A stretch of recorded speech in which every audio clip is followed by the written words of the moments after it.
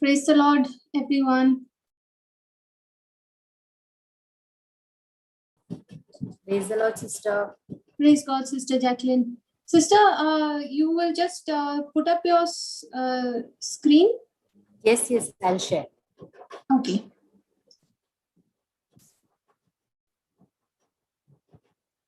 Praise God. Hallelujah. Okay, we'll make a prayer and then let's start. Thank you, Father. Thank you, Jesus. Thank you, Holy Spirit, for your presence in our midst. Thank you, Lord. Your word says, where the Spirit of the Lord is, there is liberty. There is freedom. There is no confusion. There is no chaos. There is no unrest. But there is absolute peace, joy, fullness of joy. We believe right now, Father, as we are in your presence, thank you for taking over each and every person who's watching, listening on YouTube, who are there in this class right now. Thank you and praise you, Father, for your word is living and abiding, sharper than a double-edged sword. Thank you, Jesus, that you have given to us all the resources that we need to live a godly life, to live a life pleasing and acceptable to you, to live a life fulfilling your purpose for our life. We thank you and we praise you, Father, for this class, for what you're about to teach us tonight. Lord, we ask you to open our understanding. Please make this teaching very, very simple and easy for us to understand so that we learn the truth, we know the truth, and we start applying it in our lives. We make this prayer in the most holy name of Jesus Christ our Lord. And all God's people said, Amen. Amen. Amen. Amen. Amen. Praise God. Okay, sister, let's go to 1 Corinthians chapter 1, verse 30. Sister, are we continuing the previous class teaching? No, we are studying something else today, sister. We will continue it as we go about. Yeah, okay. Should I post the notes of the previous class? Yeah, you can put the notes. Yeah, okay. 1 Corinthians chapter 1, verse 30.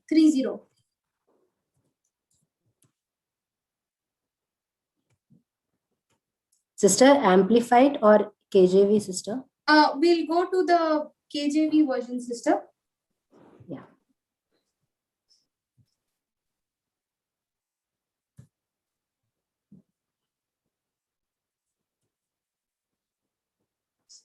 Sister, can I read? Yeah, please. But of him are you in Christ Jesus, who of God is made unto us wisdom and righteousness and sanctification and redemption. Okay. But of him are you in Christ Jesus, who of God is made unto us wisdom. So here, what is this? What is it saying? That in Christ Jesus, God has made him unto us wisdom. I'll repeat it once again. But of him are you in Christ Jesus, who of God. That means God in Christ Jesus, he has made unto us wisdom. And who is this wisdom? Christ Jesus is made unto us wisdom. Are you understanding? Sister, can you repeat? Okay, I'll repeat it again. Okay, before we go to this, can you just write this down in bold capital letters? Then you will be able to understand the scripture. Write down, Your Yes. every blessing is found. Your every blessing is found in the person of Jesus.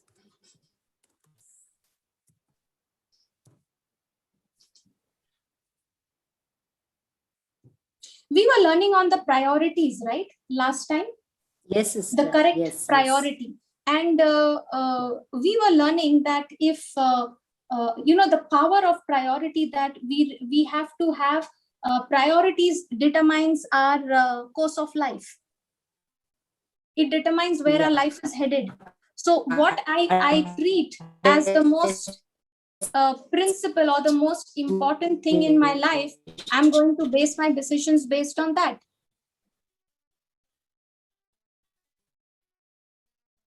Okay, so our focus has to be very, very clear. Our priority has to be very, very clear. Okay, now your every blessing is found in the person of Jesus. What does that mean? So he is the source of every blessing. Say that once again, sister. Jesus is the source of all our blessings. Now listen to this word. Okay. But of him are you in Christ Jesus, who of God is made unto us wisdom. Sister, do one thing. Can you put the NLT version, NLT translation? Yeah, sister.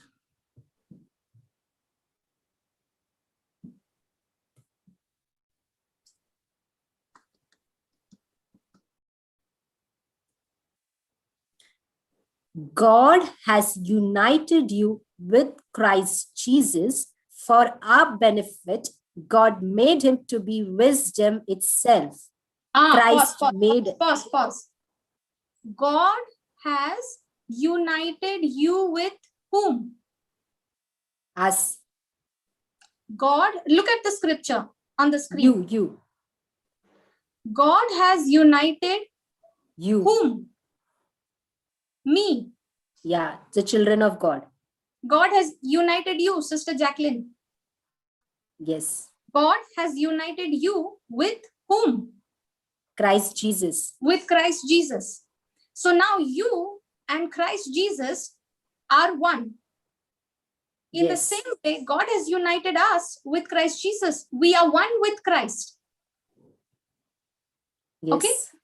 For our benefit, God made him. Made whom? Christ Jesus.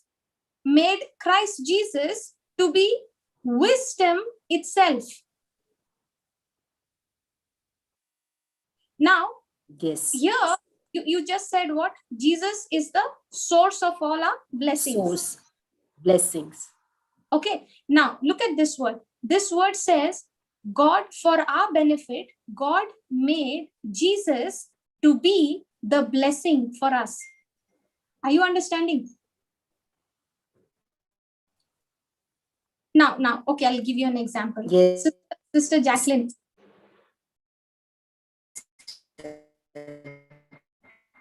I think there is a lag in your internet. Now I'm getting it. Got a problem. Her internet's got a problem. Yeah, her internet has a problem. Okay. Sister Jacqueline, is it clear now?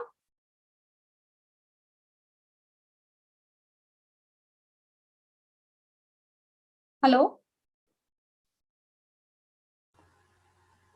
I think she's, there she's come. Yeah, Sister Jacqueline, you're able to hear me? Yes. You've gone mute. Can you hear me, sister? Yeah, clear now.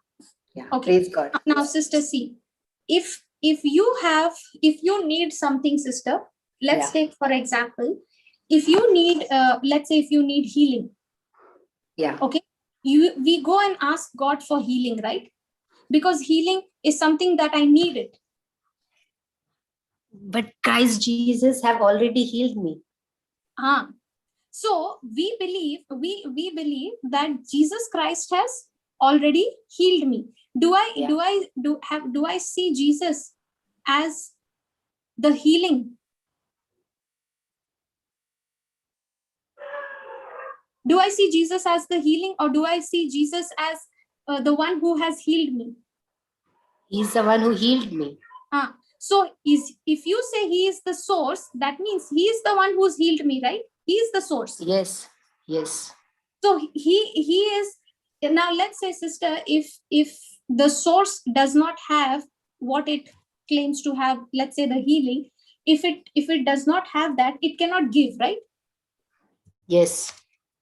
So in the same way, for our benefit, God made Jesus to be wisdom itself. Yeah. God made Jesus to be wisdom itself. So if I need wisdom, who do I need? Jesus. Jesus. Why? Because Jesus is wisdom. Yes, sister. Is it clear? Now, very clear, sister. Yes. Okay. Christ made us right with God. That means righteousness. Right standing with God. Okay. Now, if I need righteousness, who do I need? Do I need to go and ask God to make me righteous? Or if I receive Jesus as my Lord, God, and Savior, I have become a partaker of righteousness. Yes. I need Christ. Right? Now, what is he saying? He made us pure and holy. He has sanctified us. Yes. So if I need to be sanctified, if I need sanctification, should I ask God to sanctify me, or should I start believing according to the scripture that Jesus himself is made unto me sanctification? So when Jesus is within me, when I am one united with Jesus, I am already sanctified. Yes. Amen. Okay. Now Jesus is made unto us what? Justification. That means what? He freed us from sin. So if I want to be set free from sin, I don't have to go and ask God, set me free from sin. He says, Jesus is your freedom from sin. Jesus is your justification. So if you're asking me for justification, receive Jesus, you get justified automatically. Yes. Amen. Are you understanding? Yes, sister. Yes, sister. Now is that note what you wrote making sense? Your every blessing is found in the person of Jesus. Yes. See, sister. When you have Jesus, you have everything, sister. Exactly. That is why, sister, when God saw mankind in sin, okay, going away from him, when God saw that, he did not send us a set of rules and laws and commandments. When he saw, when we were perishing, he sent Jesus, his son. Yes. Okay. And grace is a person, not a doctrine. Grace is a person. And who is this person? Jesus.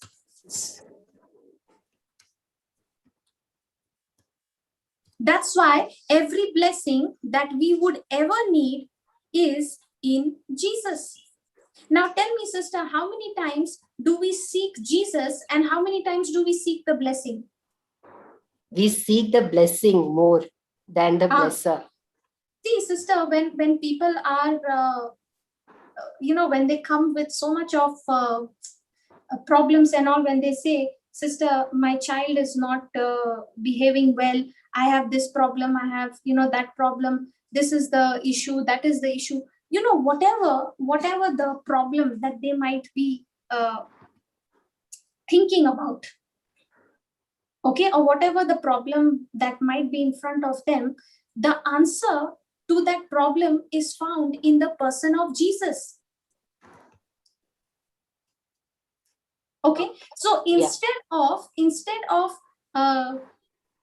chasing after those things to set them right, I should rather run in the opposite direction of Christ, to find Jesus, to know about Jesus, to know that Jesus is the answer to my problem. Jesus is the wisdom that I need to come out of this situation. Are you understanding? Yes, sister. So whatever I need, it is inseparable from the person of Jesus. Yes. So in other words, if the Lord is with you, then everything that you need in life is with you. Yes. Yes. That's a very, very powerful truth. I don't know if you all are able to grasp the reality of this. Jesus, when the Lord is with you, you have everything you need. Sister, can I share something here, sister? Yeah, please. Sister, in the Garden of Eden, Hmm. God created everything in that 6 days. And Yeah. then he made the last thing as man, humankind, what they needed to live on this planet Earth. Yeah. So when we are in that Garden of Eden, we have everything that we need. There is no lack. So similarly, when we have Jesus with us always, there is nothing lacking in our life. Correct. You remember, sister, the word of God says, I am, right? Jesus is the I am. I am. Yes. You remember when you read, in the Old Testament, when you read the scriptures, the prophets, the man of God and the prophets and all, when God would give them an assignment and tell them, go and tell this, go and speak this, go and do that, okay, go and say this. So the person will say, okay, but who should I say has sent me? Yeah, Moses asked this question. So many of but God replies him, I am who I am. So what did God say? Tell him, I am has sent you. I am. Jesus is the I am. That's why you see here in the scripture, God has united you with Christ Jesus for our benefit. God made him to be wisdom. God made him to be wisdom itself. Yes. Notice that God does not give wisdom apart from Jesus. You know why? Because Jesus is our wisdom. Yes. Yes. We don't have sanctification. We don't have holiness. It is Jesus, our holiness. Jesus is my holiness. Jesus is my redemption. Jesus is my sanctification. So when I have Christ in me, see, sister, many a times what happens is when we make a mistake, when we commit an error, okay, many a times we start feeling unworthy. We start feeling, condemned. Yes. Right? And we do not understand. Yes, and that's the time our prayers have now become begging. God, please sanctify me. God, please. I know I should not be thinking that thought. It's so inappropriate. Lord, please just sanctify my mind. Make my mind holy. Don't we say like that? Yes, sister. So our prayers. Wrong understanding. Wrong understanding. Yes. So because if truth. Correct. If I understand, sister, that God has united me with Christ Jesus, okay, and he has made Jesus my redemption, my sanctification, my justification and righteousness, then no matter when that error happens, I'm not going to fall into that condemnation. I'm going to quickly renew my mind and put my focus back on who I am in Christ Jesus, who I am united with, and who is my redemption, who is my righteousness.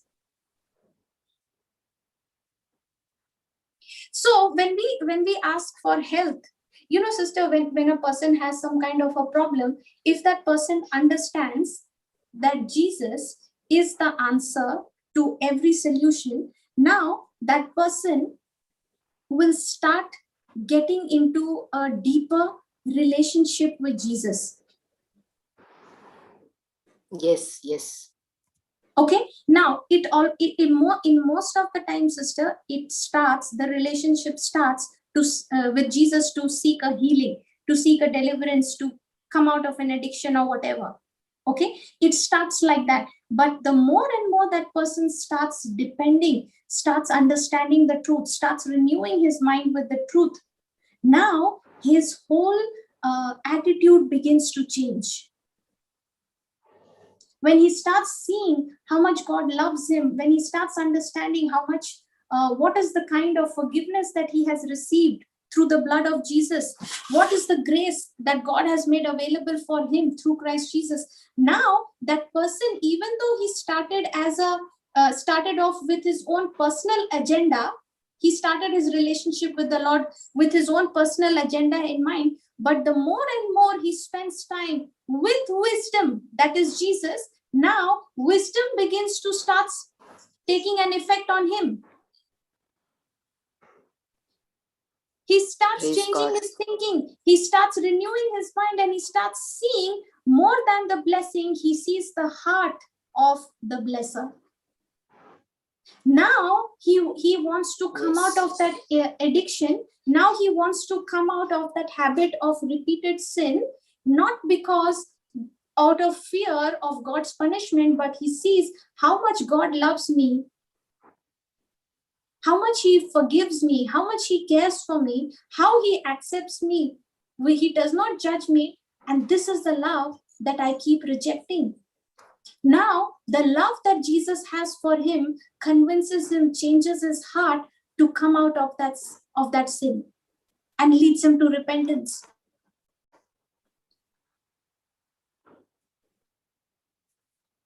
Amen. Are you understanding? Yes, sister. So whether it is health, whether it is healing, whether it is provision or supply or whatever it is, health, healing, provision, all these are not, these are not just things or gifts that God gives you. God gives you Jesus. God gives you his word. He gives you Jesus in the form of the word. And he is whatever you need. Sister, did you get it so far? Yes, sister. Yes, very much. Okay. So growing in relationship with Jesus. Yeah. So growing in relationship with Jesus will help me to be focused and not deviate myself, right? Correct. Looking after the blessings. Correct. Yeah. See, sister, you said Genesis? Okay, before we go to Genesis, sister, once you understand how much God loves you. Okay, I'll make it more simple. Sister, you are working in a company, right? Now, Yes. your boss, let's say, gives you a lot of appreciation. He gives you a lot of recognition for the work that you do. Yes. Okay. Now, he is giving you all that. But he never, he's giving you rewards, he's giving you gifts, he's giving you appreciation, but he is never, you don't get the opportunity to talk to him, to actually sit across one-on-one, and you don't get to understand what he actually thinks of your work, what he actually thinks about you. Okay, now let's say one fine day you get an opportunity, your boss calls you and he says, Jacqueline, you know what, just come over, I want to talk to you. And he starts telling you, you know what, from the day you have come, I have been observing you, how committed you are to your work, how honest you are. And even at the face of pressure, you refuse to give into pressure. You refuse to give into any kind of, problems. And you manage to do your work with so much of sincerity and passion. And that's what I really like about you.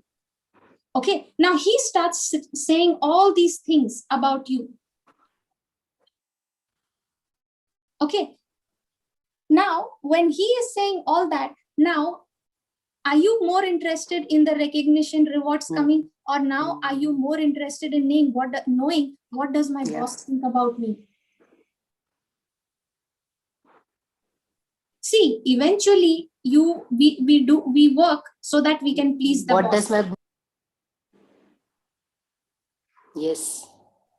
Right? But now when you know, when you see, when you get to hear first-hand information, the boss is telling you, you know, you are really incredible, you're really amazing, and I'm so happy, you're such a blessing to my company, to my team. When he starts telling you this, now you are not even bothered about the blessing. Now you're saying, this person has so much of trust in me, I want to work, I want to live up to his expectation, I don't want to disappoint him. Correct?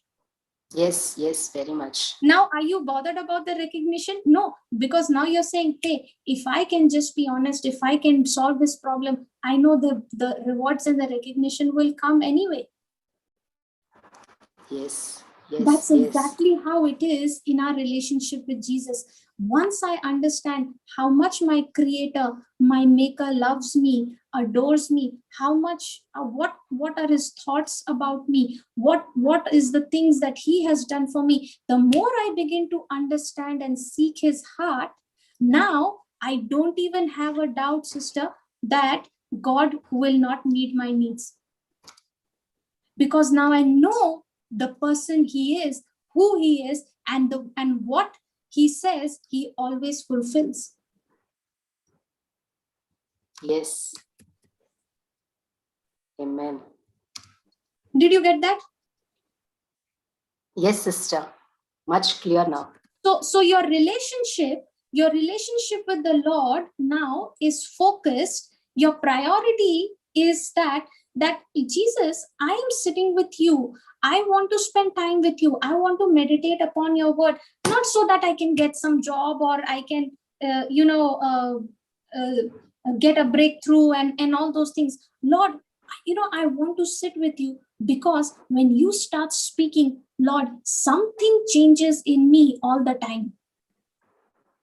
Yes. When you start speaking to me, I come to know, Lord, how little my understanding about you was like a peanut.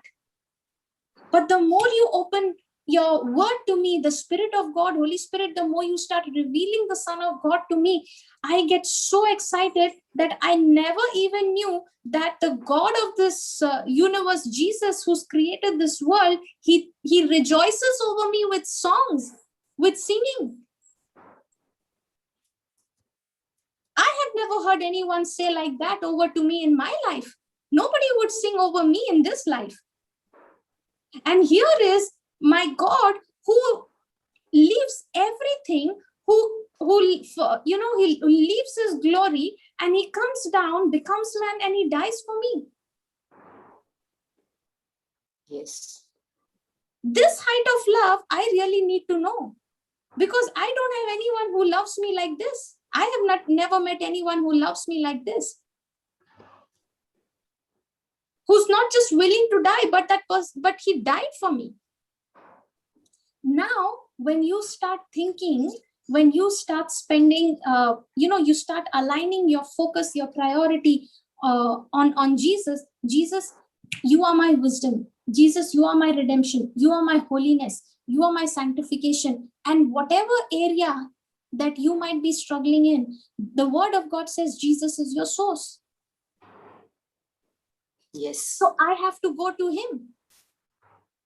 Always. Are you understanding? Yes, sister. Okay, let me show you another scripture. Go to Genesis chapter 22.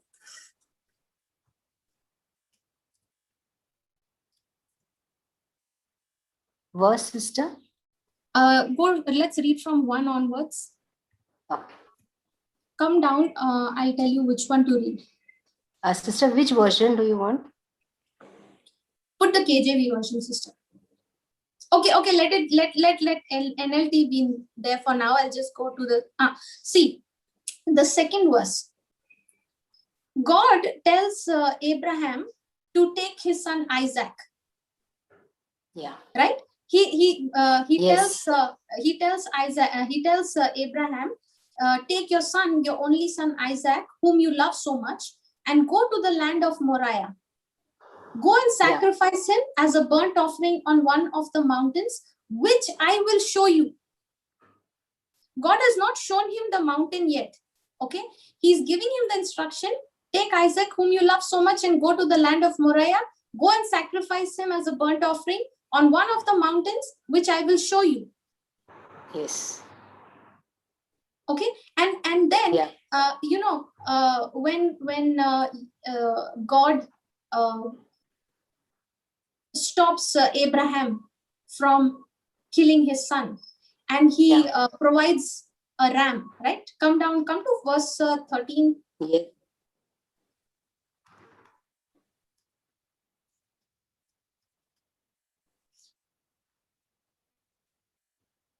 Read the 13th verse. And Abraham looked up and saw a ram caught by his horns in a thicket. So he took the ram and sacrificed it as a burnt offering in place of his son. Abraham named that place Yahweh Jireh, which means the Lord will provide. To this day, Abraham, people what is it saying? Named the place Yahweh Jireh. Which means the Lord will provide. Yeah, read it. To this day. To this day, people still use that name as a proverb. On the mountain of the Lord, it will be provided. Okay. Now, here Abraham named that place what? Jehovah Jireh. Yeah. Okay, which means the Lord will provide. Will provide. Yes. Okay.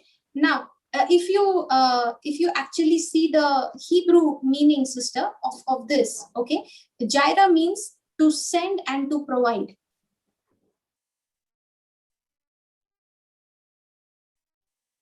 Okay, the Hebrew, the Hebrew means literally is that the Lord Jehovah is Jireh. That means God is the provider. Yes. Okay, he is your provision. He is not only your provider, but he is your provision. He is not only your supplier, but he is your supply. That's what he means. That's what he means when he says, I am who I am. Jesus is the I am.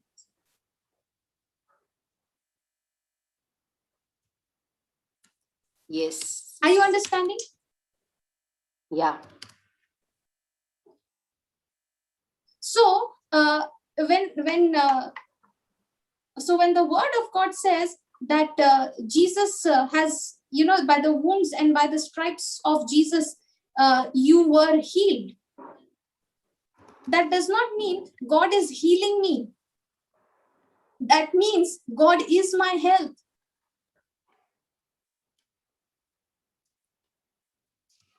God is my health. God is my health. Jesus is my health. Jesus is the healer, right? Yeah. Jesus is the forgiver. Can you separate forgiveness from the forgiver? No.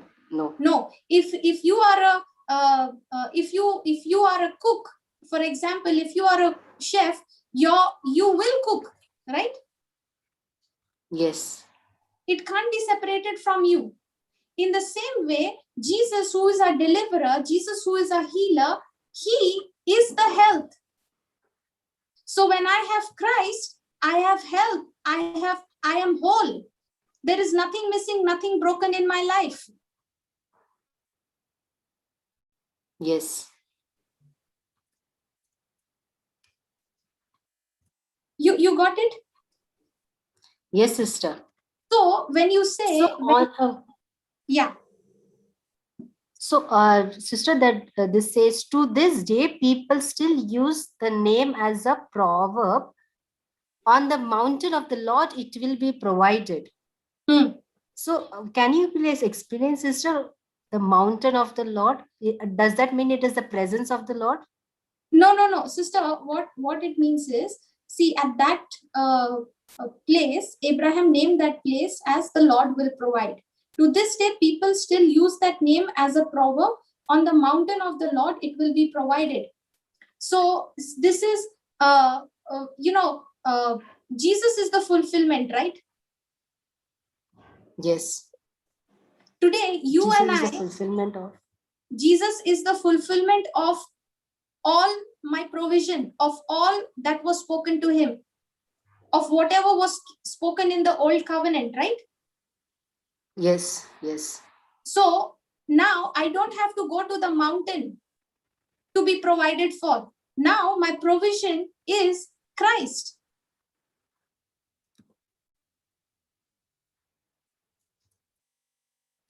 Okay. Sister, are you understanding?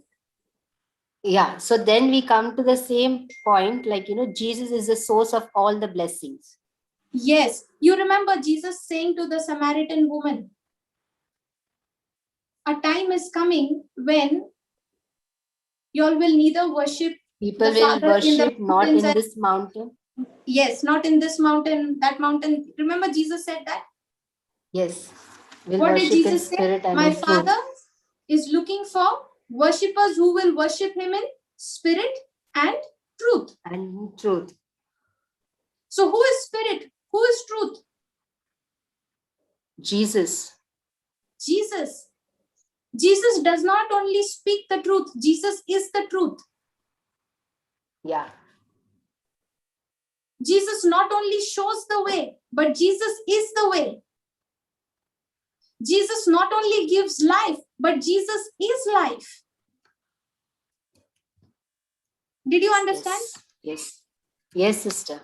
So when you say, I am more than a conqueror in Christ Jesus. So Jesus is not just the one who gives me the victory. Jesus is my victory. So when I have Jesus with me, I am victorious. Just as Joseph, the word of God says what? The Lord was with Joseph and he was a Successful. man. Yeah. Was Joseph prosperous by the definition of the world? No. No. But does the word of God call him the prosperous man? Yes. Why? Because the Lord was with him. Because the Lord was with him. That means Lord is the prosperity. And when prosperity is with you, you cannot not be prosperous.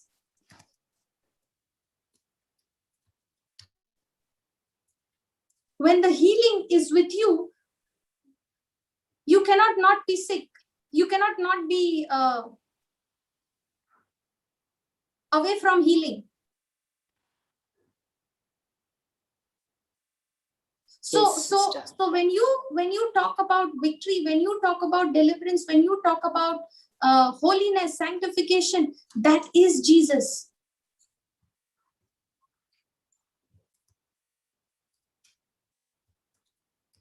Are you understanding? Yes. So whatever situation in life you might be sister. in, whatever career you might be in, the Lord being with you is all that you need. Because the blessing is not in your company. The blessing is not in your situation. Your blessing is in the person of Jesus. The company, the situation, and all the other things are subject to change. But the person, Jesus, is unchanging. He is the same yesterday, he is the same today, and he is the same forever. Yes, yes. Go back to that previous verse, sister, 1 Corinthians chapter 1, verse 30. And let's read from the KJV version.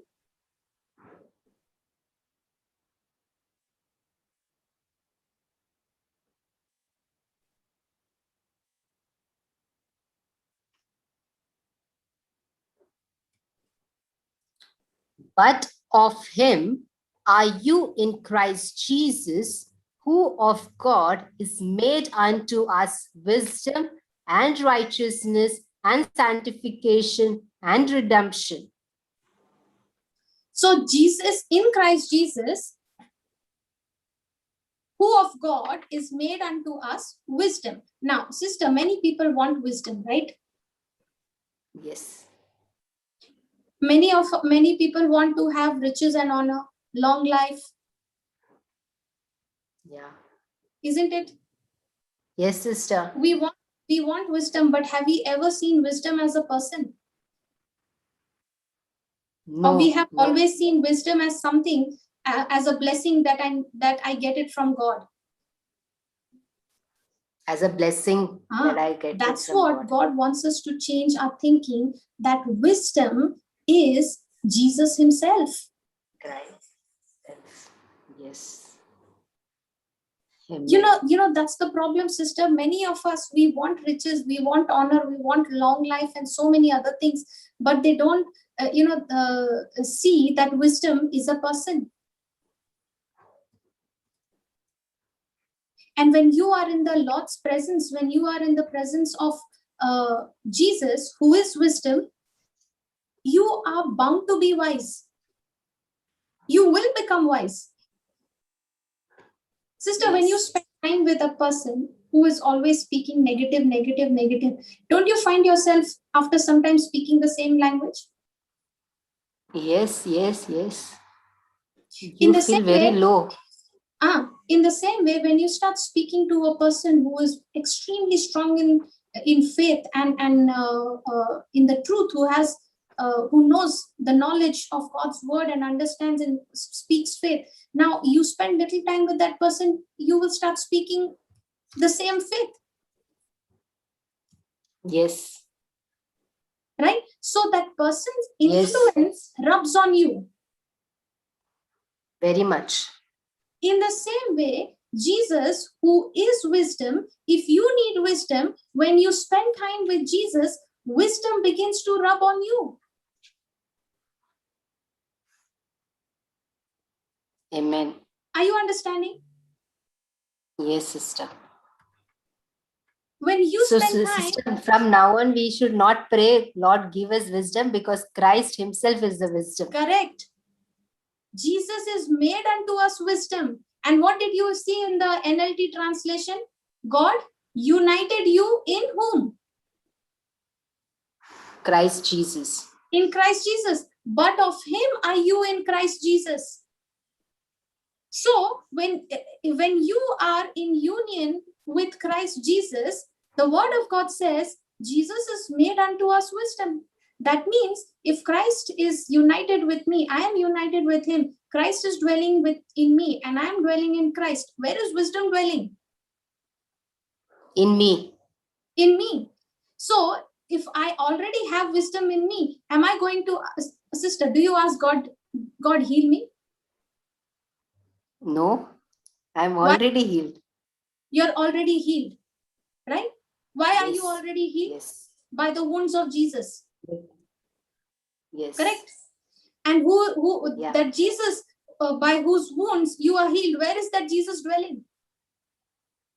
In me, inside me. In you. So that Jesus is healing. That Jesus is your health. So if you believe Jesus is dwelling on the inside of you, it is the same Jesus who took your sin upon his body and by whose stripes you were healed. Now, when the health is living on the inside of you, you're not going to ask God to heal you. You will rather believe and say, thank you, Lord, that I'm already healed. Amen. In the same way, we have to also understand wisdom, righteousness, sanctification, redemption also works on the same principle.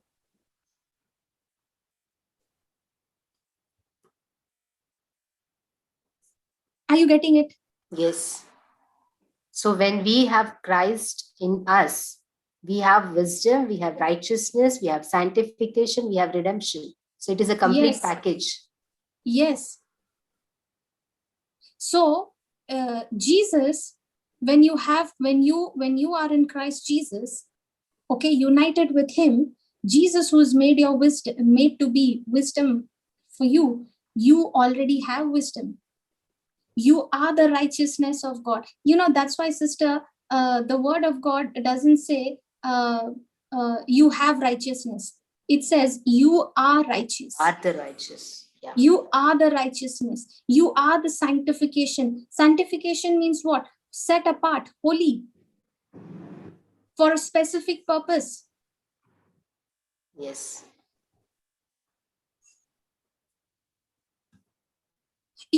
Sister, Yeah.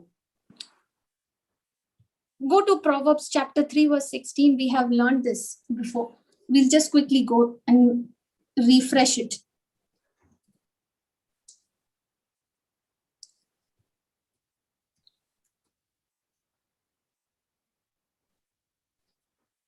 Length of days is in her right hand, and Okay, in read her... 15, sister. Sorry, in from 15. Yeah.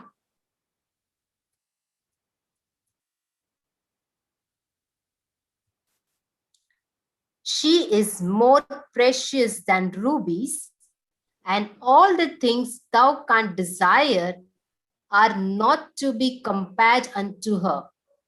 Length of days is in her right hand, and in her left hand riches and honor. Who is it talking about? Wisdom. Wisdom. Okay. What does it say? She Length is more of days? precious. No, okay. Just put the 16th verse.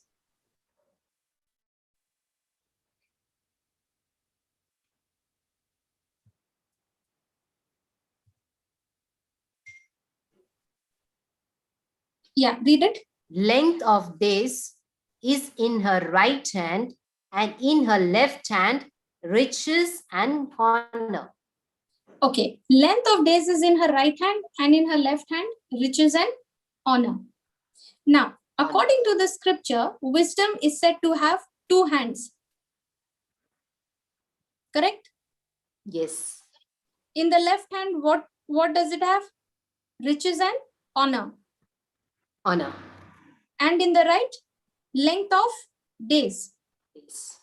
So in Jesus himself are both the right and the left hands of wisdom, riches and honor, and length of days. Yes. Correct? Now, do you remember, sister, the scripture, God told the children of Israel, I think in Deuteronomy chapter 30, verse 19. We won't go there, but you can just go back and read it. God told the children of Israel, I set before you blessing and cursing, life and death. Remember? Yes. Therefore, Yes. choose life. Yeah. Choose life, he said.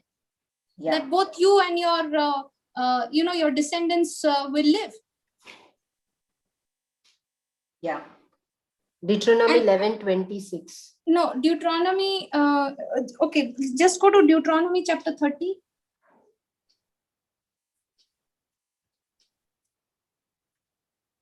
And put verse 19 and 20.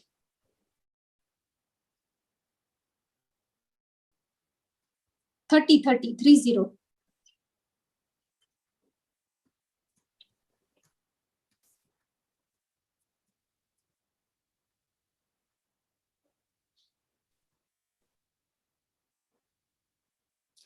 I call heaven and earth to record this day against you, that I have set you life and death, blessing and curse. Therefore choose life, that both thou and thy seed may live. Next. That thou mayst love the Lord thy God, and that thou may obey his voice, and that thou may cleave unto him, for he is thy life, and the length of thy days, that thou may dwell in the land which the Lord sware unto thy fathers, to Abraham, to Isaac, and to Jacob, to give them. Now, what is he saying? I call heaven and earth to record this day against you, that I have set before you life and death, blessing and cursing. Therefore, choose life. Just in case you don't know what to choose life. I'm telling you. That's what God says. That both you and your seed may live, that you may love the Lord your God, and that you may obey his voice, and that you may cleave unto him, for he is your life, and the length of days, and the length of your days. Who is your life? Jesus. Jesus. Who is the length of your days? Jesus. Jesus. Now go back to the previous verse, scripture. Now Proverbs 3:16 is saying what? Length of days is in her right hand, and in her left hand riches and honor.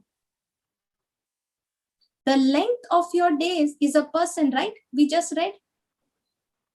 Yeah. So the Lord is your life and the length of your days. He is life, and in his presence is life.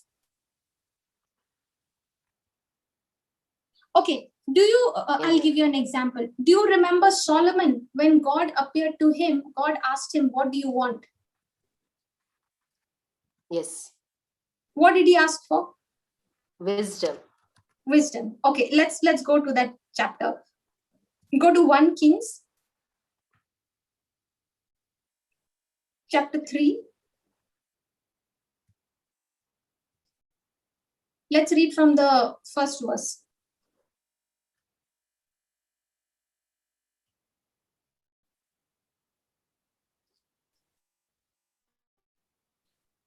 And Solomon made affinity with Pharaoh, king of Egypt, and took Pharaoh's daughter and brought her into the city of David, until he had made an end of building his own house and the house of the Lord and the wall of Jerusalem round about. Only the people sacrificed in high places, because there was no house built unto the name of the Lord until those days. And Solomon loved the Lord, walking in the statutes of David his father. Only he sacrificed and burnt incense in high places. And the king went to Gideon to sacrifice there, for that was the great high place. 1,000 burnt offering did Solomon offer upon that altar. In Gideon, the Lord appeared to Solomon in a dream by night, and God said, ask what I shall give thee. What a blank check, and no? Solomon, yes. In Gideon, the Lord appears to Solomon in a dream by night, and God said, ask what I should give you. Just imagine, sister, if God has to appear in your dream and ask you a question like this, what would you say? What would you tell? What would you ask? Difficult question to answer, sister. Correct.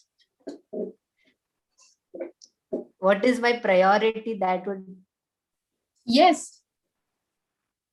And praise be to God, we all have godly priorities. Yes. Isn't it? Yes, sister. Praise God.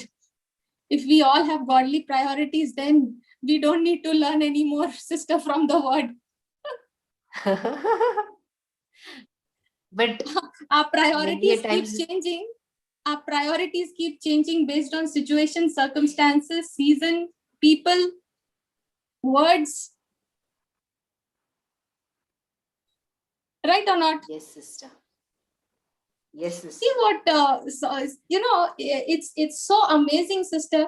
When I first read this scripture, it really got me thinking, and I started preparing. If God shows up in my dream and suddenly he appears to me and he asks me, what do I want? I better ask the right thing, because he'll give it to me. Okay. Ask what I shall give you. And Solomon said what? Read it. Thou hast showed unto thy servant David, my father, great mercy, according as he walked before thee in truth and in righteousness and in uprightness of heart with thee. And thou hast kept for him this great kindness, that thou hast given him a son to sit. It is this day.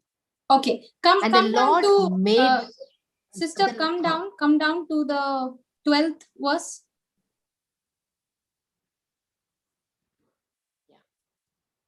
Okay, read from the ninth verse.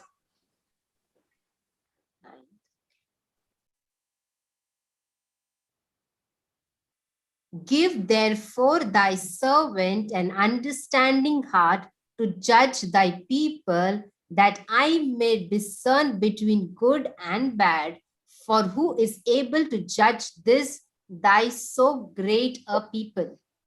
What is Solomon asking? Give therefore your And servant the speech pleased the Lord, that Solomon.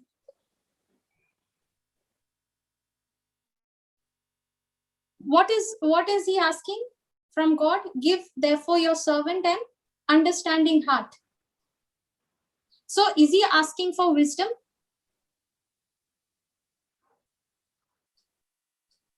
Yes, sister. And what is God saying? The 10th verse. And the speech pleased the Lord, that Solomon had asked this thing. And God said unto him, because thou hast asked this thing, and hast not asked for thyself long life, neither hast asked riches for thyself, nor hast asked the life of thine enemies, but hast asked for thyself understanding to discern judgment. Pause. Behold, I have done according to thy... Pause, sister. Just we'll stop at 11. We'll stop at 11. Okay, now we'll just take a rewind. Okay. Solomon is saying, give therefore your servant an understanding heart. In other words, he's asking for wisdom, okay, to judge thy people, that I may discern between good and bad, for who is able to judge this, thy so great a people. Now, look at the 10th verse. And the speech pleased the Lord, that Solomon had asked this thing. God was pleased when Solomon asked for wisdom.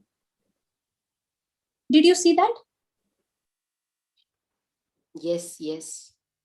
You know, many of us, when we read this scripture, we usually stop till the 11th verse. 9. Right? God is saying, see, God is saying to Solomon, Yes. God is extremely pleased with Solomon that he has asked for wisdom. Okay.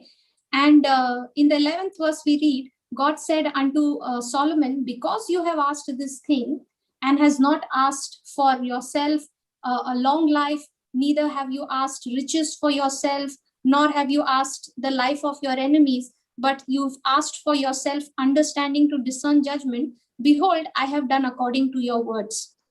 I have given you a wise and an understanding heart, so that there will be none like you before you, neither after you shall any arise.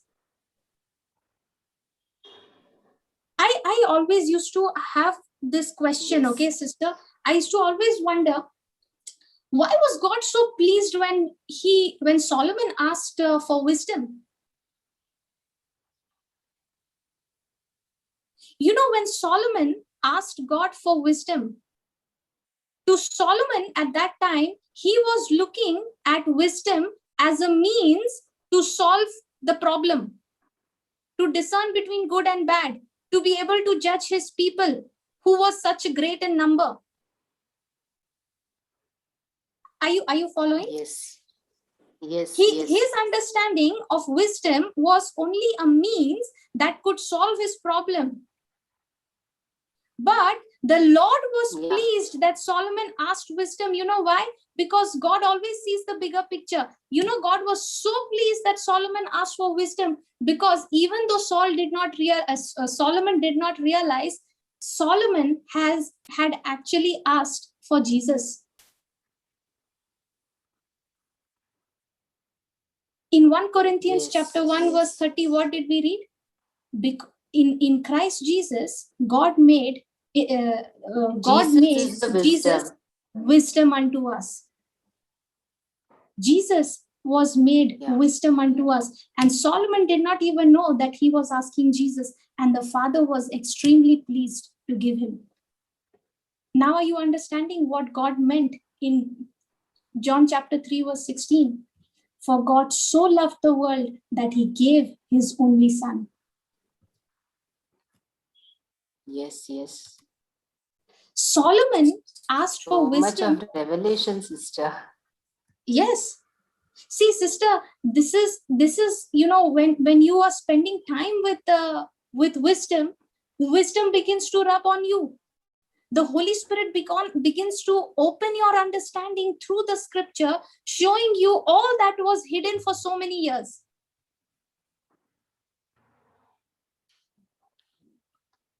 Praise God. See, sister, now we always keep asking for wisdom. Give me wisdom, right? Now, what is the word of God teaching us today? That Jesus has made unto us wisdom. Okay, now see this. Yes. God said unto him, because you have asked this thing and have not asked for yourself long life. Now Solomon has not asked God for long life, neither for riches, nor for the life of his enemies. He's not asked God for protection. He's asked God for whom? He's asked God for the source. And that is Jesus. Yes. Now you see the 13th verse. Come down.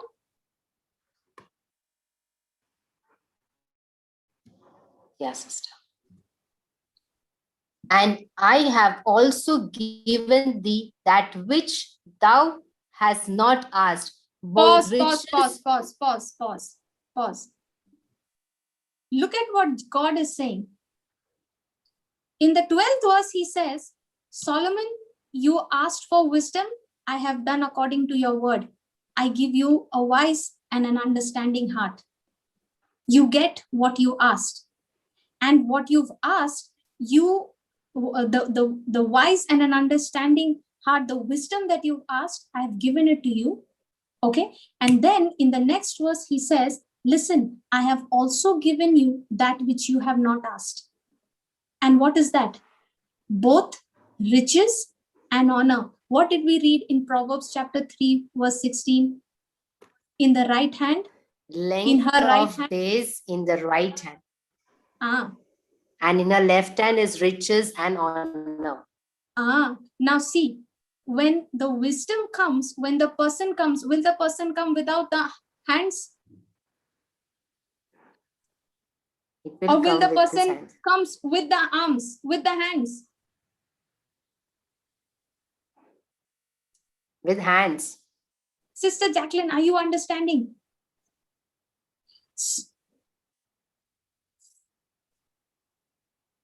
Praise God. Did I? See, sister, he is telling, he's telling Solomon that Solomon, you did not ask for riches, you did not ask for long life, but I'm also going to give you that. He says, and I have also given you that which you have not asked, both riches and honor, so that there shall not be any among the kings like unto you all thy days. See the 14th verse. And if you will walk in my ways to keep my statutes and my commandments as thy father David did walk, then I will lengthen thy days. Now, did he receive the riches and honor and the length of days when he asked for wisdom? Yes. In the same way, sister, when you go to the source, when you ask the source, the blessing comes as a free gift. Amen. Are you all understanding? Yes, sister. It's such Now, a powerful truth, sister. Sister, wasn't praise God, wasn't Solomon's intention to ask for wisdom was to judge, to discern judgment, to Yes. look after Yes. his people, to decide, to discern between the good and the bad? His intention was Yes, that, right? sister. Why was he asking wisdom? Yes. To solve all those problems. So in other words, Yeah. he was asking wisdom to solve his problems. But Yes. he did not realize that in that asking, he asked for the very source. But praise be to God, today, sister, you and I, we have the knowledge of the truth through the written word of God, through the Spirit of God, that Jesus is made unto me wisdom. Jesus is made unto me righteousness, sanctification, and redemption. So everything I need is in Christ Jesus. And today, when you and I are born again, when you and I are grafted in Christ Jesus, we are united in Christ Jesus. I have every answer to my problem. I have every supply to my need.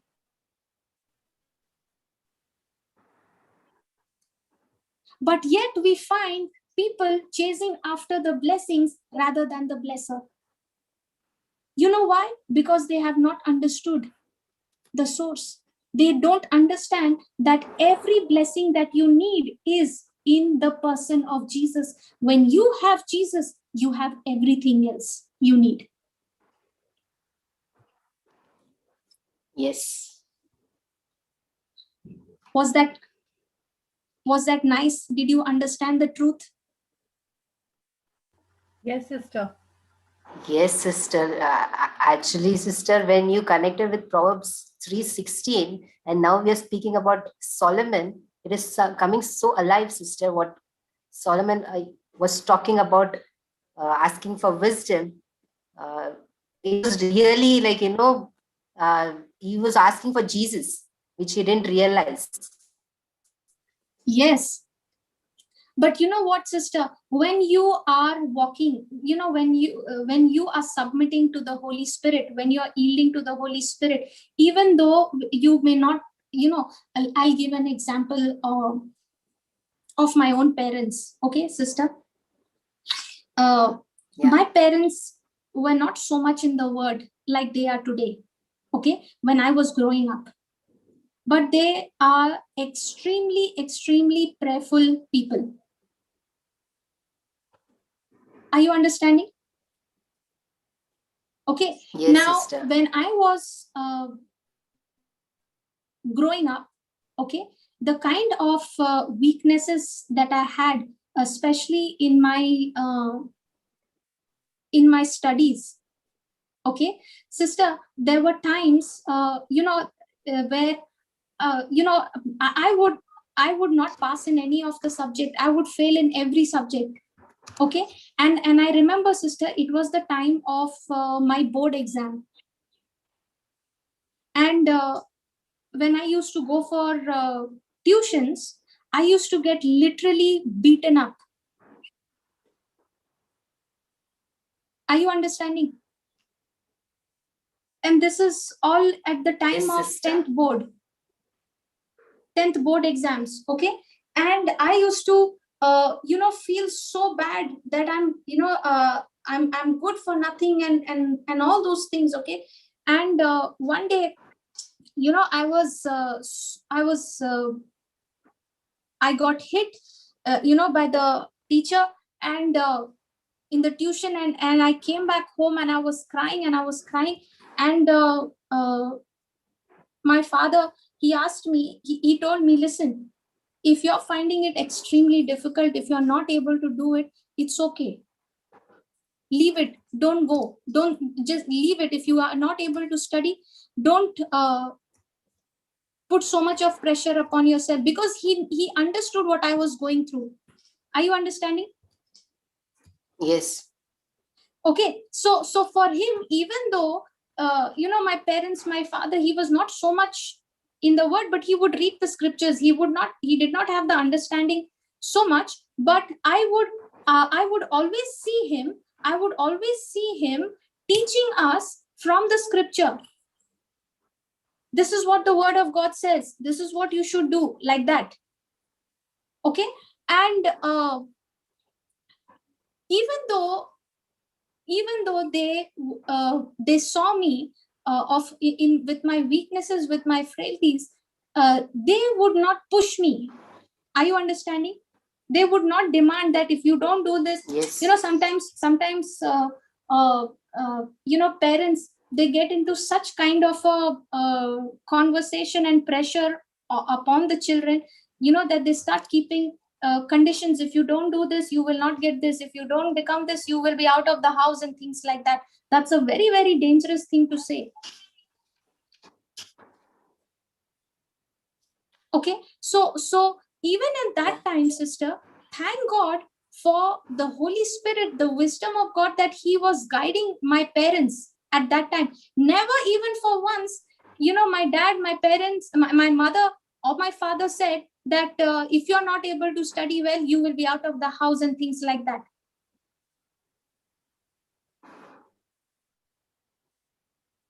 So it was God guiding them, directing them to speak, because their faith. They did not have too much of knowledge of the word, but their faith was extremely, extremely strong. You know what? The faith was so strong that God is a faithful God. Yes, always. Okay, God is he is true to his word, and he will never allow anything wrong to happen.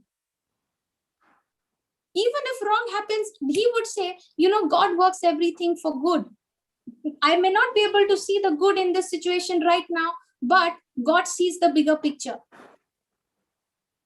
So that's how, sister, the Lord was guiding my parents at that time. And I knew that home is the only place where I can be at rest, where I'm not judged. I'm not people don't look at me as a shame. That's why I used to be only in the house. I would not go out to meet people. I would always be in the house, in my room. Even if guests come into my house, I would not come out to talk to them. I would just come, I would wish them, and I would go back. I would never have any conversation with them. Because of fear, because of shame. What if they ask me about my studies? What if they ask me, how much did I score? So here, in the same way, you see over here, what is God telling Solomon? God is telling Solomon, you ask for wisdom, I will give it to you. I have done according to your word. But in addition to that, I'm also going to give you what you did not ask, the riches and honor. Okay, now I want you to read the 14th verse, okay, once again, very slowly. And if thou wilt walk in my ways, to keep my statutes and my commandments, as thy father David did walk, then I will lengthen thy days. Okay, now do you see what God is saying? And if you will walk in my ways, to keep my statutes and my commandments, as your father David did walk, then I will lengthen your days. Now, Solomon did a lot of mistakes. In the later chapters, you will find, right? He did make mistakes. Yes. Okay, and if he made mistakes, what does that mean? Now, did God say, life and death I place before you, blessing and cursing I place before you? Choose life. Life. So the choice, the decision has to be taken by me, not by God. Correct? Yes. So now Solomon has the wisdom. Solomon has riches, honor, and all those things. Okay, he has the wisdom. Now God is saying, I have set before you life and death, cursing and blessing. Choose life. Now, if Solomon does not pay attention to the statutes, to the commandments, to the word of God, the wisdom of God, that is Jesus, the wisdom that is the word, is telling him to do certain things. But if he is saying no to that, can God be blamed for the actions, for the result? No. No. So God has given him the wisdom, but to exercise that wisdom, to act according to that decision, it is up to Solomon. Yes. But you will see in if you read in the further chapters, Solomon exchanged his gods. Yeah. He moved away to worship. Yes. From the living God to the pagan gods. He forgot that God was his true wisdom. He forgot that God was his true success and source. Sister, without the Lord, who is the giver, the gift becomes unfulfilling. Yes. Sister, let's say, for example, if a person wins, what do you say? He wins a prize. But if he is not alive, will he enjoy that prize? No. No. For him to enjoy it, he has to be alive. Yes. So that prize has become what? Unfulfilling. Yes. Solomon only had the left hand of wisdom. He never had the right hand, because the right hand of God is a Lord Jesus, and Solomon had forsaken the Lord. Yes. You got it? Yes, sister. I wanted to ask you on this 14th verse only, sister. Yeah. Wherein it says it is a condition, right? Correct. If you follow my statutes and my commandments, then you will have length of days. Yes. If you will walk, because that wisdom is meant to protect you, to save you from the evil one, from his lies. But if you are rejecting that wisdom, if you are refusing to walk in the ways of wisdom, in the words, in the commandments of Jesus, then you are by default opening the door for the enemy, and you're walking into his territory.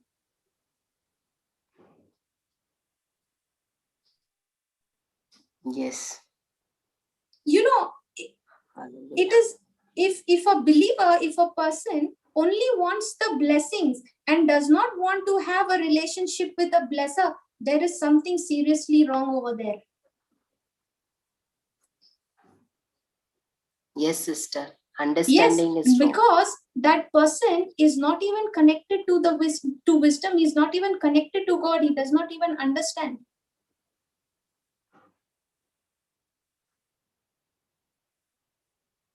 So a person might say, okay, so should I start thinking Jesus is all I need?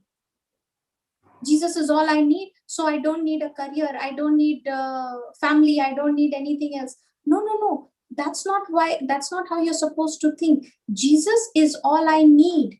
That means what? I have to make him my priority.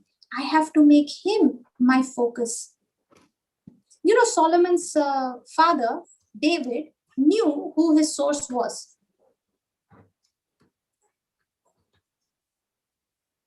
Yes, David was called what? That's why he's always praising.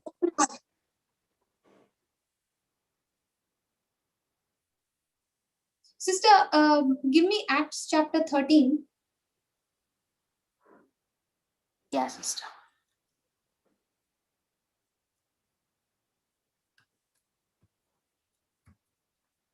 Verse, sister?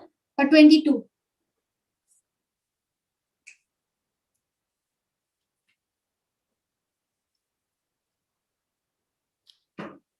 And when he had removed him, he raised up unto them David to be their king, to whom also he gave their testimony and said, I have found David, the son of Jesse, a man after my own heart, which shall fulfill all my will.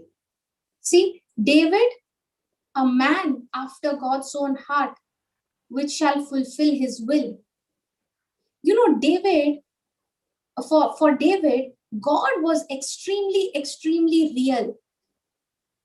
As real as a person sitting next to you, as a person walking in your home. Are you understanding? Sister Yes. Jacqueline, you Yes, can't sister. see me. I can't see you. But you can hear me, right? Just because you can't see me, does it mean Yes. that I am not in this world and I'm talking to you from another world? No, not at all. No, you can see me, you can hear, even though you can't see me, but you can hear me. You are talking to me, I'm having a conversation with you. Even though you can't see me, you know without a doubt that I am real and you're not talking to some ghost. Yes, sister. Right? Now, for a person whom I can see, whom I can validate with my physical senses, I term that person to be real. I consider that person to be real. Right? Yes. And that's how, because I Yeah. know that person is real, I'm going to have a conversation, I'm going to talk to that person. But let's say, sister, you have an invisible friend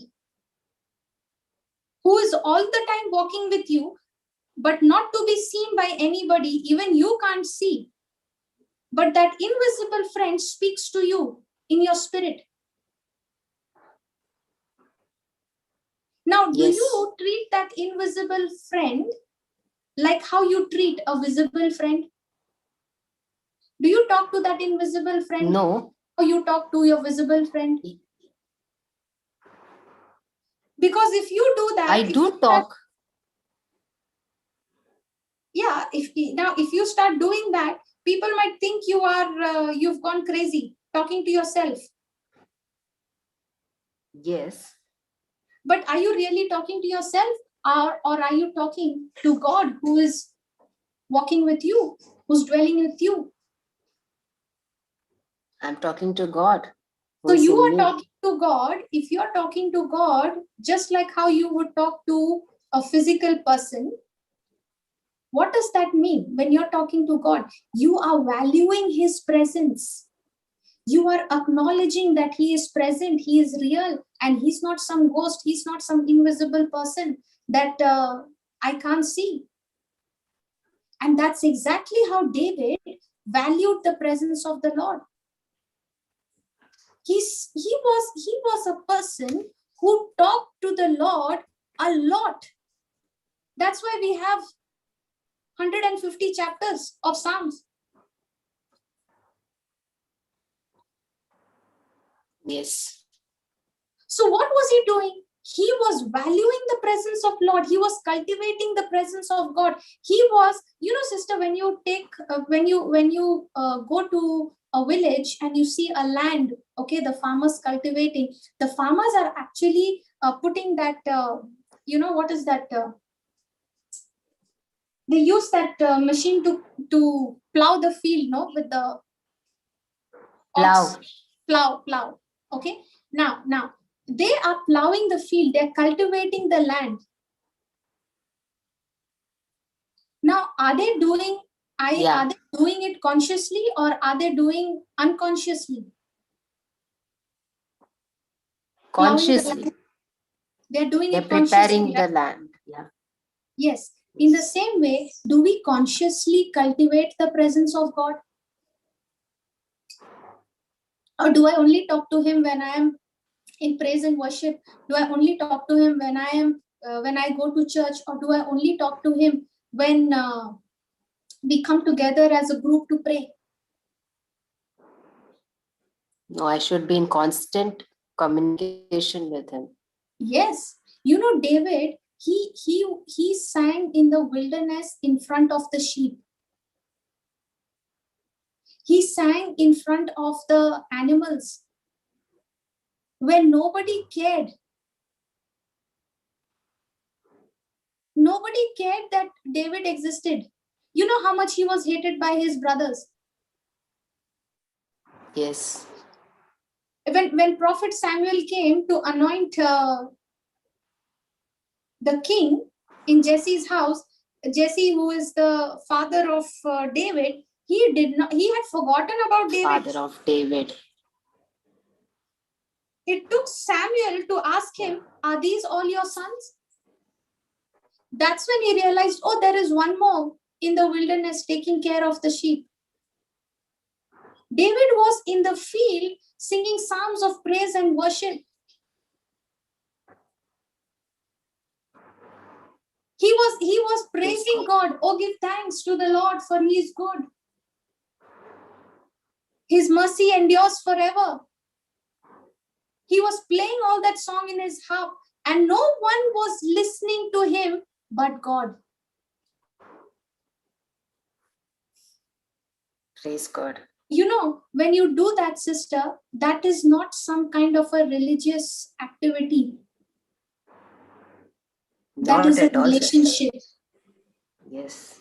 It's a relationship. You know, when David met Goliath, even though he was just a youth, he was not afraid because he was not conscious of the giant. He was conscious of God. What did he say to sister? Remember, we learned what you focus will amplify in your life. So David never focused on the difficulties, on the problems. His focus was on whom? On his priority. Who was his priority? God. That's why he could say to that Philistine, you come to me with a sword, with a spear, and with a javelin, but I come to you in the name of the Lord of hosts. This day the Lord will deliver you into my hand. And you know, he goes on to say, and all the earth will know that there is a God in Israel. You know why? Because this Goliath, this uncircumcised Philistine, was mocking the God of Israel for 40 days.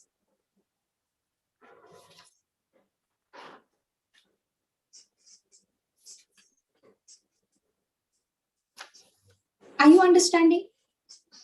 David was a man who really valued the presence. He really practiced the presence of God.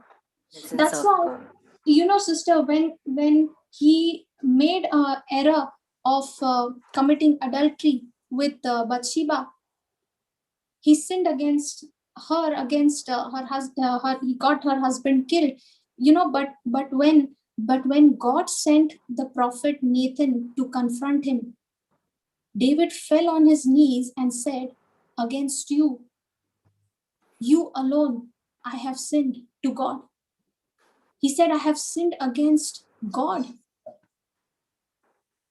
And he was so conscious that that person who got hurt the most out of that sin was the Lord. Yes. That's why you read in Psalms 51, what is he saying? Lord, don't cast me away from your presence. Why was he crying out to God and saying, God, don't cast me out from your presence? Why? Because he valued it. Why did he value it? Valued his presence. Yes. Why did he value it? He valued it because he believed that the Lord's presence had blessed him.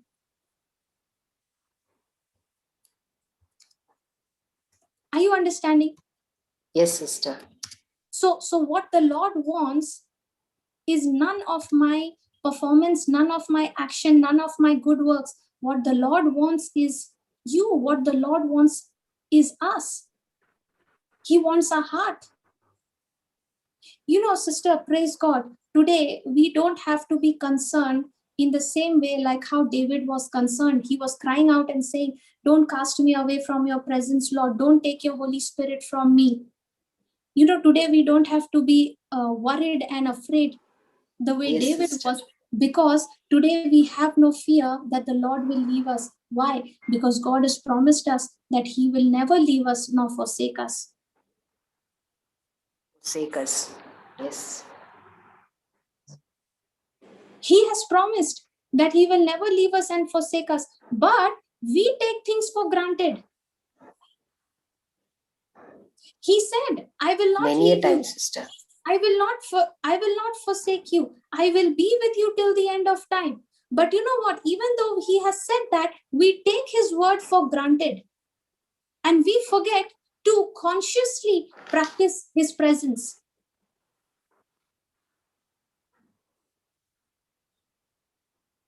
Sister, when you love someone, don't you value his presence? When you really love, very much, sister. When you love someone and that person doesn't talk to you, doesn't send you a message even for a day, you will be the first person, to send a message to that person and say, where are you? What are you up to? Why are you doing that? Because yes, you love that person so much, because you value his presence in your life. You long for it. Yeah. So when you love that person, you are going to cultivate that relationship. You will cultivate it and you will be conscious of it, because to you it is precious. That person is precious to you, and that's why you value his presence. Sister, it is one thing to know Jesus saying, I love you with an everlasting love. Okay, it is one thing to know that Jesus said, I will never leave you nor forsake you. You can know it as a theory, that Lord will never leave me nor forsake me. But it is another thing to cultivate his presence and show him that you believe in what he said. When you're practicing his presence, you are actually telling Jesus, you said you will never leave me nor forsake me. Right now, I believe you are here with me. That's why I'm talking to you. I know you're listening to me right now. Lord, this is what I feel. He loves that. He wants to have a personal relationship with each one of us.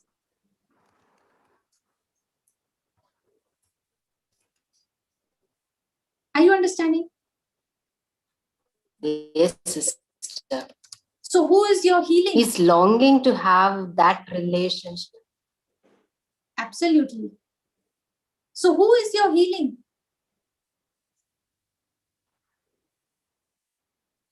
Jesus. Correct. Jesus. So if Jesus is your healing, am I supposed to be running behind the preacher, or am I supposed to be running behind Jesus? Jesus. Who is your provision? Jesus. Who is your wisdom? Jesus. So the more you honor his presence, the more you will see him manifest in your life. Amen. I remember, sister, when I met with an accident, and I fractured my ankle, when the pain used to erupt, because of the swelling and the broken bones, when the pain used to erupt, I would start rebuking the pain. I would start speaking to it. And in the beginning, I realized that no matter how much I'm speaking to it, how much I'm rebuking it, it is not leaving. It is still the same. I would lay my hands on my leg and I would pray. Number of times I would rebuke it. All the formulas I knew, I was applying, but nothing was working. But whenever I stopped seeking my healing and I started seeking the healer, when I started to, when the pain would erupt in my ankle, in that pain, I would take the phone and I would send a message in my broadcast list and I would say, anyone who needs healing, call me right now. Are you understanding? Yes. Sister, when I go into depression, when I am overwhelmed with sorrow, when I am disappointed, when I go through all those emotions, I find someone that I can go and minister to.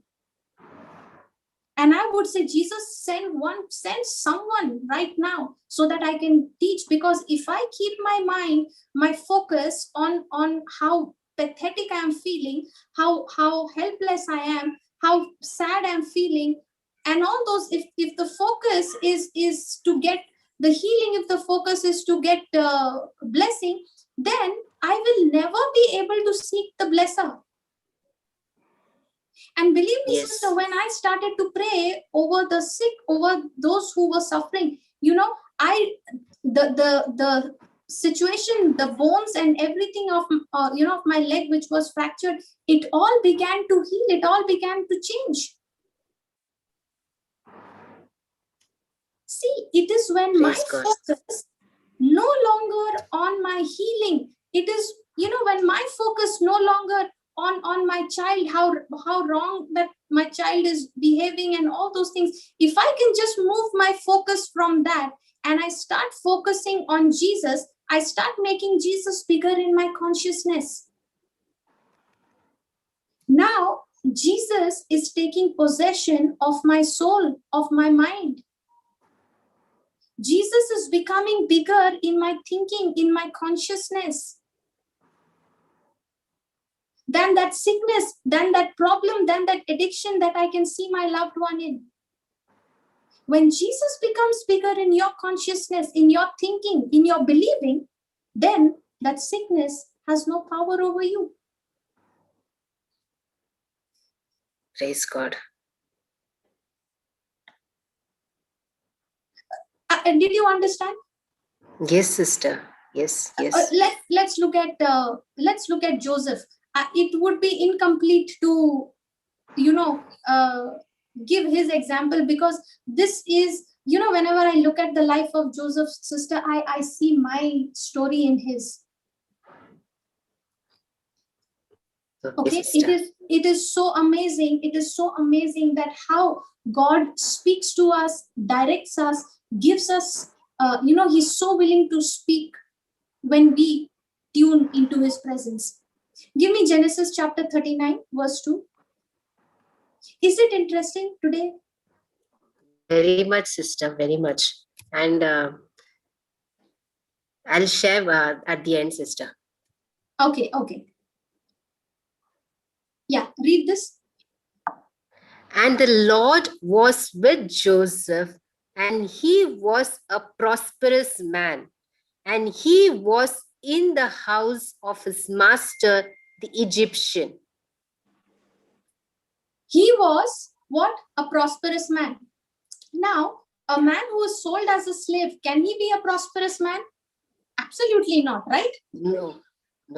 But here, the word says, the Lord was with Joseph, and he was a prosperous man. And he was in the house of his master, the Egyptian. Now, please understand, Joseph was in the house of his master, the Egyptian. Joseph was not in some high-level position somewhere with a big office, wearing a three-piece suit. Read the first verse, sister, please. Yeah, sister. And Joseph was brought down to Egypt, and Potiphar, an officer of Pharaoh, captain of the guard, an Egyptian, bought him of the hands of the Ishmaelites, which had brought him down thither. Okay. And Joseph was brought down to Egypt, was Joseph sold as a slave? Yes. Yes. Now Joseph was brought down to Egypt, and Potiphar, an officer of Pharaoh, captain of the guard, an Egyptian, bought him. Bought him. That means Purchased. he purchased, bought him of the hands of the Ishmaelites, which had brought him down thither. Now, he says here, Joseph had been taken down. You know, he has been brought down to Egypt. How? As a slave boy. He is a slave boy. And Yes. where is he? He is standing in the slave market. Joseph was brought down to Egypt, and Potiphar, an officer of Pharaoh, captain of the guard, an Egyptian, bought him of the hands of Ishmaelites. Sister, where does the buying and selling take place? In the market. So where was Joseph? In the slave market. Sister, if you have to buy vegetables, you're going to go to the vegetable shop, right? If you have to buy meat, you're going to go to the meat shop. If you have to buy slaves, where are you going to go? To the slave To the market. slave market. Is it clear? Yes. So where was Joseph? Joseph was in the slave market, and Potiphar is buying him of the hands of the Ishmaelites. He is, sister, when in those days, when in the slave market, when a person was being purchased as a slave, that person would actually have to stand stripped naked for inspection.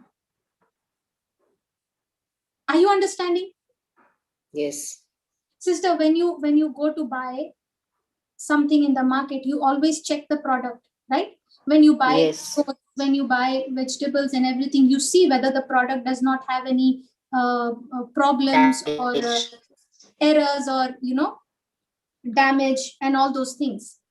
In the same way, in the slave market, all those slaves who were being purchased, okay, they had to stand naked for inspection. Only if that person would have any kind of a flaws or damage, they would not buy.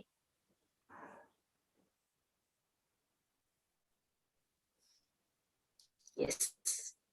Okay, now see, Joseph is in a slave market, stripped naked, and he is being sold to Pharaoh. And what is the word? What is the word of God saying? And the Lord was with Joseph, and he was a prosperous man. He was a successful man. How was Joseph successful? Only because the Lord was with Joseph. Yes, just put the third verse, sister. Let the first and second remain. Just add the third verse.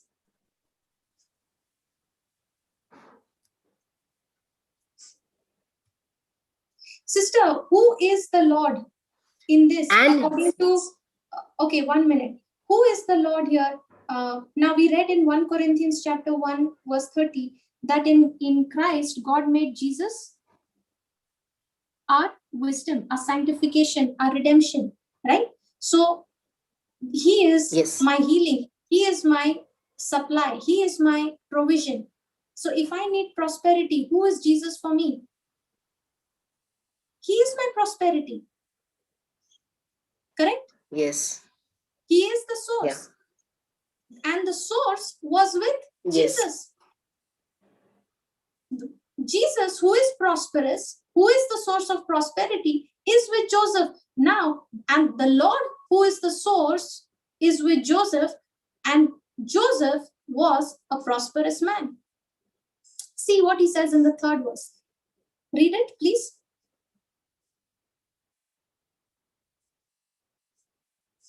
Sister Jacqueline? Hello? Sister Jacqueline, can you read the third verse? Yes. And his master saw that the Lord was with him, and that the Lord made all that he did to prosper in his hand. Wow. And his master saw that the Lord was with him. Potiphar saw that the Lord was with Joseph. He saw that God made all that Joseph did to prosper. See, please understand. Joseph's success was not something intangible. It was not some spiritual success that he was experiencing. No. Joseph's success was physical. It was all manifested. And this Potiphar, who is, who does not even know who the true and living God is, this Potiphar, he does not even have any understanding of the truth. He is not even spiritually discerned. A person like Potiphar, who does not even know the true and living God, this Potiphar, he can see that the Lord is with Joseph. He could see it with his own eyes. Sister, when he says that the master saw that the Lord was with him and the Lord made all that he did to prosper in his hand. Now, Joseph was serving as a slave, right?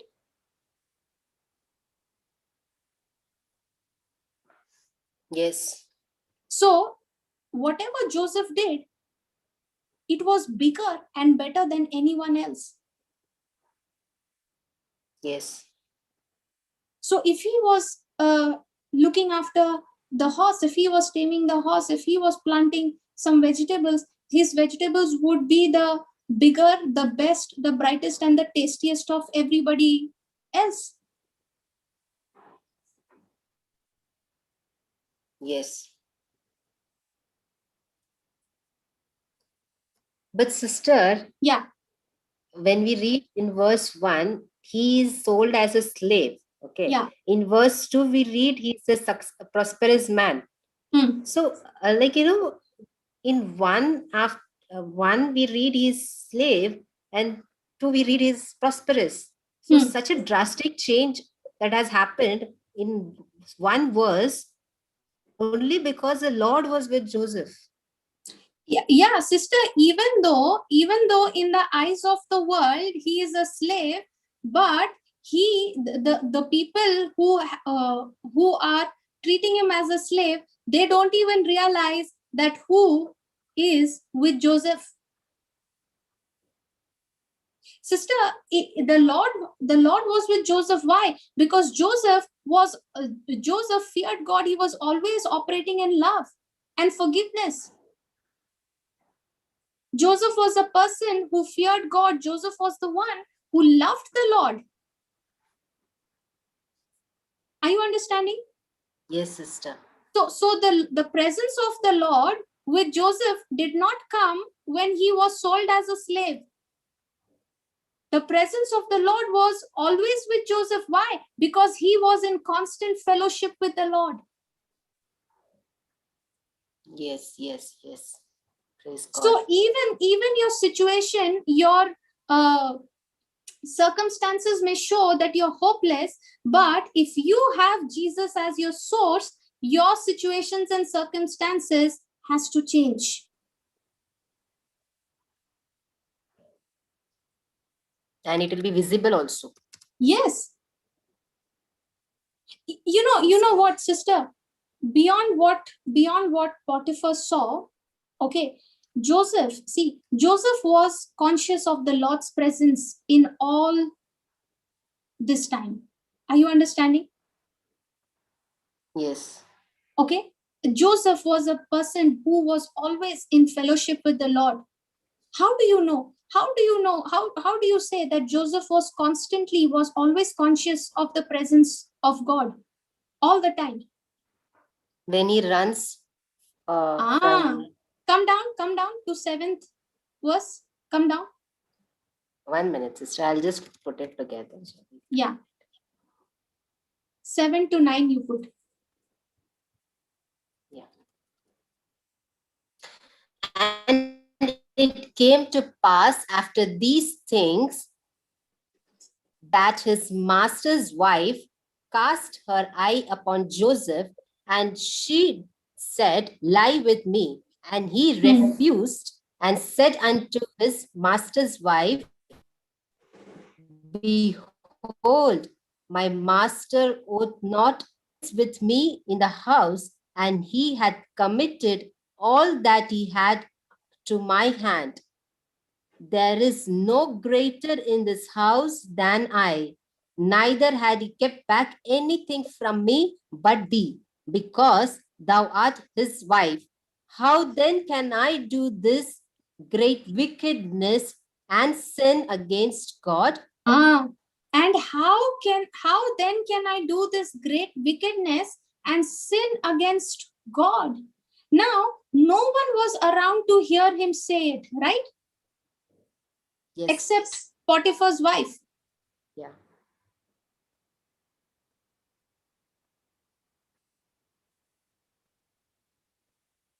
Except his master's wife, no one was around him. Yes. The only person who could hear him say, how then can I do this great wickedness and sin against God? The only person who could hear him say was his master's wife.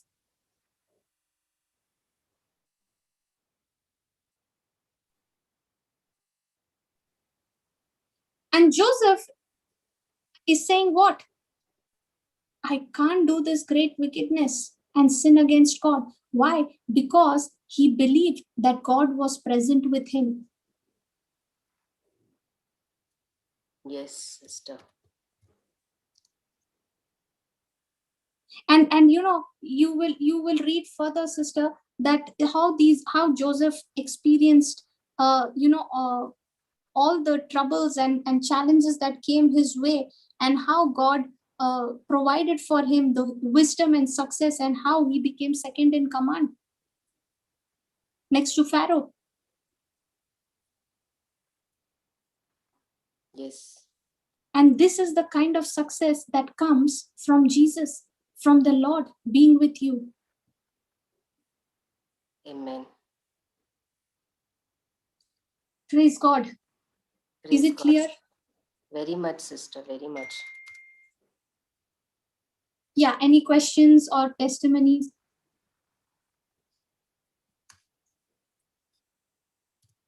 Anyone who wants to share, Sister. or any question? Yeah, sister. Sister, before the session would start, I was inspired to open the white book, and I was reading concerning wisdom and guidance. And my eyes fell on page number 23, the first verse, which says 1 Corinthians 1:30. Therefore, I confess that I have the wisdom of God, and I am the righteousness of God in the anointed Jesus. I am filled with knowledge and of Lord's will, promise in all wisdom and spiritual understanding. And this is what I read, sister. And I was pondering over it, before the session would start. And when you started, you said, let's go to 1 Corinthians chapter 1:30. I am like, wow, God is going to teach me today the same verse that I read. And I was thinking, what is really, because many times we read, but we do not have the right understanding. But correct, yeah. Today, when you spoke about this, so much, praise God, and thank you, sister. You have such Praise a powerful God. truth that you have said today. That thank you, Jesus. Thank you, Holy every Spirit. blessing is found in the person of Jesus. Yes. That's why, sister, when we direct people, when we say, listen to the teaching. See, sister, the questions are going to be always there, okay? I don't understand this. I don't understand that. What is this? What is that? All those questions are going to be there. Okay, there is not going to be an end to it. You get an answer to one question, you will have another question, okay? But the point is that even though there are questions, I know one thing, that all my answers lie in Jesus. Amen. Yes. So if I make Jesus my priority, okay, and when I say Jesus, I am talking Jesus as the Word of God. A person who refuses to spend time in the Word of God and says, I believe in Jesus, I love Jesus, that love is not based on the foundation of truth. That love for Jesus is only an emotional love. Because the moment a pressure comes, the person who's saying, I love Jesus and I know Jesus, that person will be the first one to question Jesus. Lord, why did you allow this to happen if you love me? Yes. Isn't it? Yes, sister. That's why, even if, sister, I'll tell you honestly, okay, when I started to, when I started to believe God, I wanted to receive the gift of tongues. I began to read the scriptures, I began to study, and I was so desperate. And there were so many questions, okay? I could not understand about the gifts, I could not understand about the, the anointing and all those things. And even though I could not understand, I would just take the matter to the Lord, and I would say, Lord, can you please teach me?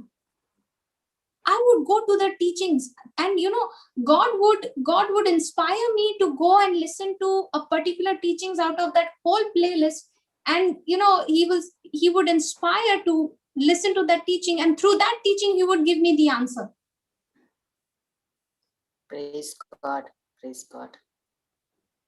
So when does a person start receiving the instructions, becoming sensitive to the voice of God, to God's instruction? When that person is actually practicing his presence.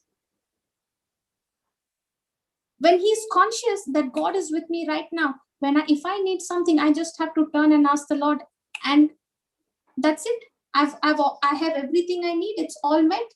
Even the things that I don't understand, he says, Jesus has made unto me wisdom.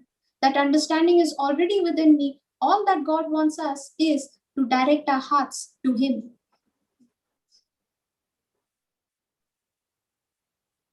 Praise God. Hallelujah. Hallelujah. Yes, anyone else? So if no one is there to share any testimony, no questions, then we'll close it for today and we'll continue in the next class. Praise God. Yeah, Yes. Sister Jacqueline, you'll say the closing prayer. Yes, sister. Heavenly Father, Jesus, our Savior, Holy Spirit, our Counselor, we thank you and we praise you for this wonderful teaching and the powerful truth that you have given us. We thank you, Lord Jesus, for speaking to us from 1 Corinthians chapter 1, verse 30. Jesus Christ made unto us wisdom, righteousness, sanctification, and redemption. We thank you, Lord Jesus, that you are the one whom we need, Lord, and everything shall be added unto us. Thank you, Lord Jesus. You are the solution for all our problems, Lord. We thank you and we praise you, Lord Jesus, for speaking to us, Lord Jesus, through the life of Abraham, the Jehovah Jireh, the provider. You are provision. You are our supply, Lord Jesus. Nothing is missing, nothing is lacking in our life, Lord Jesus. We thank you and we praise you, Lord Jesus, that you are the way, the truth, Lord, and the life. We thank you and we praise you, Lord Jesus, that through wisdom we have lengths of days and riches and honor.